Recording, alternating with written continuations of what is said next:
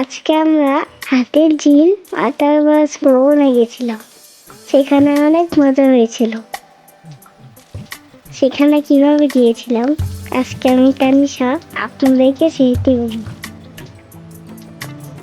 প্রথমে আমরা একটুতে করে টানার বাড়ার পেছনে যাই। সেখান থেকে নিবে এডিসি থেকে রওনা করব। তারপরে আমরা বটতলা চলে যাই। তবে বটতলা যাওয়ার আগে আমরা একটা ট্রেন দেখতে পাই।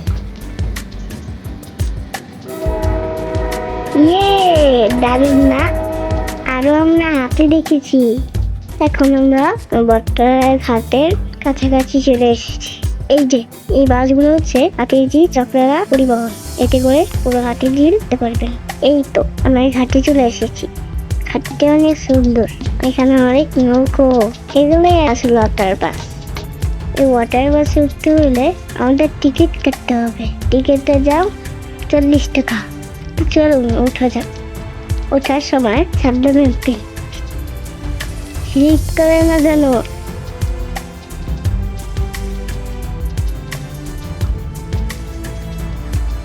এই তো আমরা সিটে বসে পড়েছি। এখন চলবি। ওয়াটার বাস চালু হয়েছে। আমাদের খুব আনন্দ হচ্ছে। বন্ধুরা, তোমাদের কেমন লাগছে?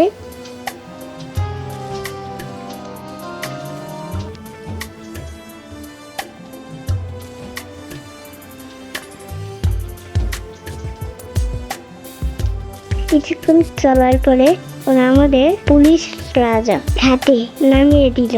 আমরা তো যাবো বলছিলাম পূজারা ঘাটে, তাই ওরা বললো আরেকটা ওয়াটার বাসে উঠতে। তাই নতুন আরেকটা ওয়াটার বাসে উঠেছি।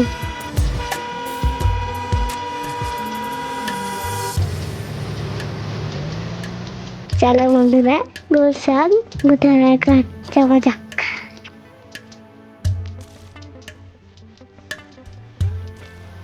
দেখেছো কত সুন্দর পানি ছড়াচ ছড়াচ করছে।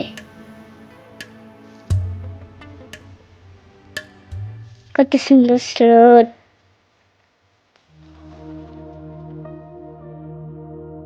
এই তো আমরা পায়ে চলে এসেছি। আধা ঘন্টার মতো চলার পরে আমরা উতারা ঘাট চলে আসলাম।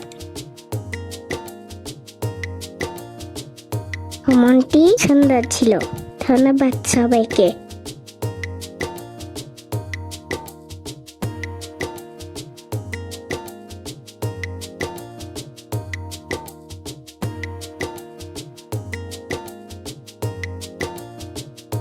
তোমরাও চাইলে আসতে পারো হাতির ঝিল ওয়াটার বাস ভ্রমণে। আল্লাহ হাফেজ।